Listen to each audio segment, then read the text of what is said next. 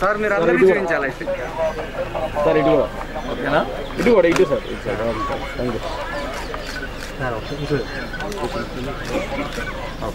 Thank you sir నుంచి జిల్లాలో ఇంచుమించి అన్ని చోట్ల కూడా పోలింగ్ మొదలైనట్టుగానే మాకు రిపోర్ట్స్ ఉన్నాయి. కొన్ని చోట చాలా తక్కువ చోట్లలోనే ఈవీఎం కొద్దిగా ఇబ్బందులు రావడము, పోలింగ్ ఏజెంట్లు రావడం కొంత ఆలస్యం అవడం వల్ల కొద్దిగా ఒక 5-10 నిమిషాలు ఆలస్యమైనట్టుగా ఉంది. అలాంటి చోట్ల అన్ని కూడా ఈవీఎం సమస్య వచ్చిన అన్ని చోట్ల కూడా ఇంజనీర్స్ వెళ్ళి వెంటనే రెక్టిఫై చేస్తున్నారు. సో అవన్నీ కూడా ఒక నెక్స్ట్ హాఫ్ అవర్లోనే ఎక్కడైనా సమస్య ఉన్నా కూడా మనం ఒక హాఫ్ అవర్లోనే అన్ని రెక్టిఫై చేసి అన్ని 3860 చోట్ల కూడా పోలింగ్ హాఫ్ అవర్లోనే స్టార్ట్ అయ్యేట్టుగా ఎన్షూర్ చేస్తాము.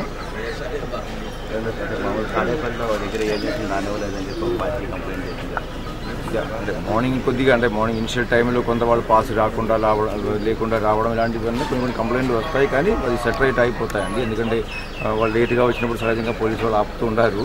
సో అది సార్ట్ అవుట్ అవుతాయండి. ఇప్పటివరకు ఏమీ అలాంటి ఇష్యూస్ ఏమి రిపోర్ట్ కాలేదు.